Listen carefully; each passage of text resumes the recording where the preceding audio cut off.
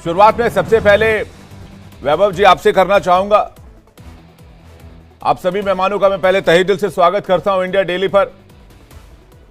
वैभव जी, क्या वजह है कि आखिर चुनाव की दहलीज पर खड़ी देश की सबसे पुरानी पार्टी, एक राष्ट्रीय पार्टी, आखिर कांग्रेस के दिग्गज नेताओं का भरोसा ही क्यों उठता जा रहा है कांग्रेस पार्टी के ऊपर से? और ये सवाल, देखिए आप मुस्कुरा रहे हैं वैभव जी, अब ये मत बता दीजिएगा कि पता चले मैं आज आपसे कांग्रेस के लिए सवाल पूछ रहा हूं, आप कांग्रेस के प्रवक्ता हैं और कल में मुझे पता चले कि वैभव जी आज बीजेपी के प्रवक्ता हैं या समाजवादी पार्टी के प्रवक्ता हैं या टीएमसी के प्रवक्ता हैं, तो मुझे फिर लगेगा कि भाई मैं कल तो वैभव जी से सवाल पूछ रहा था।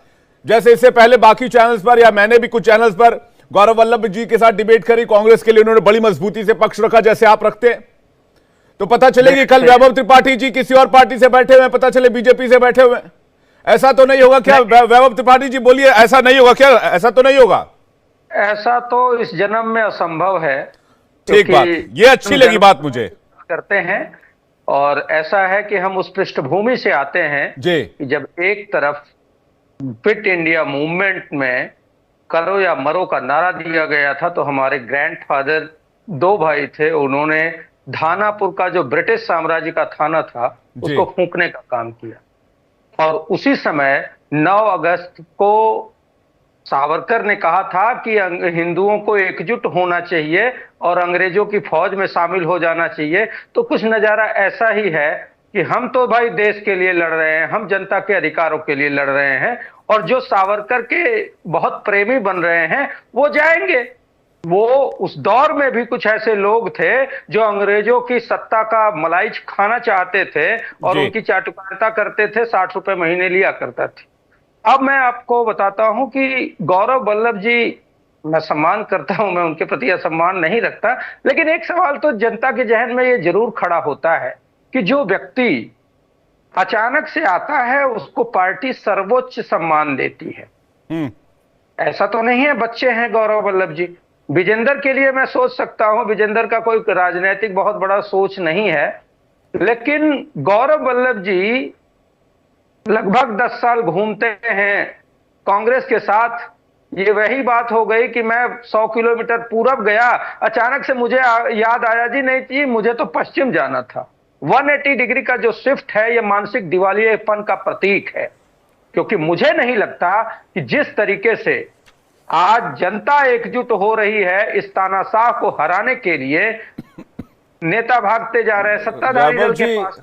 और वैभव जी, आप कह रहे हैं जनता एकजुट हो रही है मोदी सरकार को हराने के लिए, मुझे लगता है कांग्रेस ही एकजुट हो रहे हैं कांग्रेस को हराने के लिए। नहीं, ऐसा बिल्कुल नहीं है। देखिए ना, गौरव वल्लभ, विजेंद्र सिंह, संजय निरुपम, ज्योतिरादित्य सिंधिया, मिलिंद देवड़ा, अशोक चौहान, कैप्टन अमरिंदर सिंह, गुलाम नबी आजाद, अर्जुन मोढवाडिया, जितेंद्र प्रसाद, आरपीएन सिंह, मैं पढ़ता जाऊंगा, शो खत्म हो जाएगा वैभव जी, आप भी जानते हैं बात को, लेकिन नाम खत्म नहीं होंगे। तो क्या कांग्रेसी एकजुट हो रहे हैं कांग्रेस को हराने के लिए और मोदी को 400 पार पहुंचाने के लिए? नहीं, देखिए ऐसा है, सबकी अपनी मजबूरियां हैं। कोई टिकट के लिए जा रहा है, कोई ईडी सीबीआई के डर से जा रहा है, किसी का जमीन पे कुछ है ही नहीं है, तो मोदी जी के यहाँ जाके वो सोचते हैं कि नहीं चलिए हमारा कुछ भला यहाँ हो जाएगा। तो सबके अपने अपने कारण है, लेकिन जनता का जो मूड है, मैं आपको बता दूं कि 2004 की तरह जनता एकजुट है। 2004 में भी आदरणीय प्रेम कुमार जी बैठे हैं, उनको पता होगा क्या माहौल बन रहा था, और जनता ने एकदम से उलट दिया इस वजह से कि सत्ता का अहंकार, तानाशाह, महंगाई, बेरोजगारी, इन सब चीजों से जब जनता त्रस्त होती है तो वो ये नहीं देखती है कि गौरव वल्लभ प्रोफेसर थे, वो प्रोफेसर जिनको एक ऐसे अंगूठा टेक व्यक्ति ने हरा दिया उनके घर में विधानसभा चुनाव, जिसको कि एमएलए का फुल फॉर्म नहीं पता था, तो अब जाके वही गौरव कहेंगे कि एमएलए साहब, विधायक जी नमस्कार। तो ये जो कह रहे हैं ना, ये मिथ्या आरोप है। जब भाजपा में जाएंगे तो कुछ तो कहेंगे आपको। ठीक है, आप कह रहे हैं कि कुछ तो मजबूरियां रही होंगी, यूं ही कोई बेवफा नहीं होता। नहीं, मैं कुछ आपने कहा है बात में तुम्हें जाकर दुश्मन के आगे सर झुकाना होगा, क्योंकि तुमने अपने कबीले से बगावत की है। तो आपको उसी मोदी के सामने जाके नाक रगड़नी होगी जिस मोदी को आप ये कहते थे कि देश के गरीबों से लाखों करोड़ रुपए लूट दिए पेट्रोलियम सेस के नाम पे, पेट्रोलियम पे टैक्स लेने ठीक के है, नाम मैं हसन सिंह जी कह रहे थे कि साधु की अवज्ञा नहीं। भगवत पाद शंकराचार्य महाभाग स्वामी अभिमुक्तेश्वरानंद जी का अवज्ञा किसने किया? पूरी सरकार ने किया। आप सनातन की बात तो ना ही कीजिए, क्योंकि वो सनातन के शिखर पुरुष हैं। दूसरी बात, वसूली की आप कह रहे थे। वसूली भाई, आजादी की वसूली हमने नहीं की। हमने भूखे नंगे उस भारत देश को, जहां की 2 वक्त की रोटी नहीं मिलती थी, मंगल तक पहुंचा के तब आपको दिया। बिल्कुल इसलिए कह रहा हूं कि हमने देश की आजादी जब लड़ी ना, तो देश में लोगों के पास खाने का नहीं था, कपड़ा नहीं था पहनने को। हमने वो देखा है, बाप दादा से सुना है कि जब कोई आदमी मर जाता था तो ब्लॉक से मार्किन का कपड़ा आता था कफन के लिए। वो देश था, यहां सुई तक नहीं बनती थी।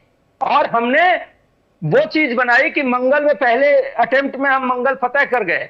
वो बात मैं कह रहा हूं। त्रिपाठी जी, वो देश के लोगों ने निर्माण किया है। अरे यस यस, बाकी 5 किलो राशन मोदी ने अपने घर से दे दिया, और कांग्रेस ने जो किया वो देश के लोगों ने किया। मान लिया देश के लोगों ने किया, हम उनको प्रणाम करते हैं। लेकिन एक बात ये सुनिए ना, इन्होंने वसूली की बात कही। देश को उस स्तर से जहां सुई तक नहीं बनती थी, भूखा था देश, हमने सरप्लस अनाज का भंडारण किया। हमने देश को विकासशील देश तक पहुंचाया। हमारी एक अर्थ शक्ति है, वहां तक पहुंचाया। और कांग्रेस के पास आज देश में अपने कार्यालय तक नहीं है। अगर हमने वसूली की होती तो 5 साल में जो भाजपा की सत्ता ने पूरे देश के 600। ठीक है, रोहित अग्रवाल कुछ कहना चाह रहे हैं आपको, मैं रोहित अग्रवाल जी के पास जा रहा हूं। जी, आप समय पूरा दीजिए, बात पूरी होने दीजिए। 600 कार्यालय इन्होंने बना दिए, और एक दिल्ली में 7 सितारा होटल बना दिया 1400 करोड़ का। हमने वसूली नहीं की, हमने देश बनाया। ये बात आने के लिए अगर इनको समय देना है तो इनको एक दिन 1 घंटे का अलग से समय दे दीजिए। सवाल बड़ा है, मोदी जी की गारंटी यह है कि भ्रष्टाचारी जुटाओ। ये पूरी तरीके से भाजपा जो है भ्रष्टाचारी जुटाओ पार्टी बन चुकी है। जिनके ऊपर ये आरोप भ्रष्टाचार के लगाते हैं, 70,000 करोड़ अजीत पवार उप मुख्यमंत्री और वित्त मंत्री बन गए, हेमंत बिस्वा शर्मा, अशोक चौहान, ये सारे लोगों को आप भ्रष्टाचारी कहते थे। आप ये बताइए ना, जिसको आप चोर कहेंगे उसको अपने घर की तिजोरी की चाबी दे देंगे?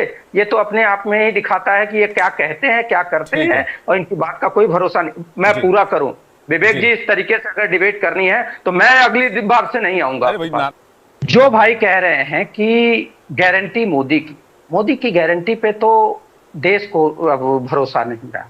वो अभी सपा के प्रवक्ता ने बता दिया है, एकदम सही, मैं उसको रिपीट नहीं करना चाहता। मोदी जी ने अभी 2 साल पहले ही किसानों को गारंटी दी थी एमएसपी का कानून बनाने के लिए, नहीं पूरा किया। मोदी जी ने विनेश फोगाट को कहा था, बेटी हो तुम मेरी, तुम्हारी सुरक्षा मैं करूंगा। वो नहीं देख पाए, सुरक्षा देख पाए क्या? सवाल बड़ा यह है कि आज किसान, मजदूर, गरीब, महिला सब परेशान हैं, और ये सरकार सिर्फ और सिर्फ झूठ बोल। मैं भ्रष्टाचारियों, अरे कंप्लीट तो करने दीजिए भैया, ना जल्दी से कीजिए ना प्लीज। भ्रष्टाचारियों को दंड दूंगा। और सारे भ्रष्टाचारियों को मंत्री बनाते जा रहे हैं, सारे भ्रष्टाचारियों को पार्टी में। आपने कहा भ्रष्टाचारी जुटाओ, तो क्या ये भ्रष्टाचारी पहले आपके साथ थे, तब भी आप इनको भ्रष्टाचारी मानते थे? मैंने ये बात नहीं की। मैंने ये कहा कि जिनको ये चोर कहते हैं उसी को बहनोई बना लेते हैं। ठीक है, और भाई जिन पर आरोप लगाते हैं उन्हीं को अपनी पार्टी में शामिल कर लेते हैं। ठीक है, मैं हसन सिंह जी के पास जा रहा हूं।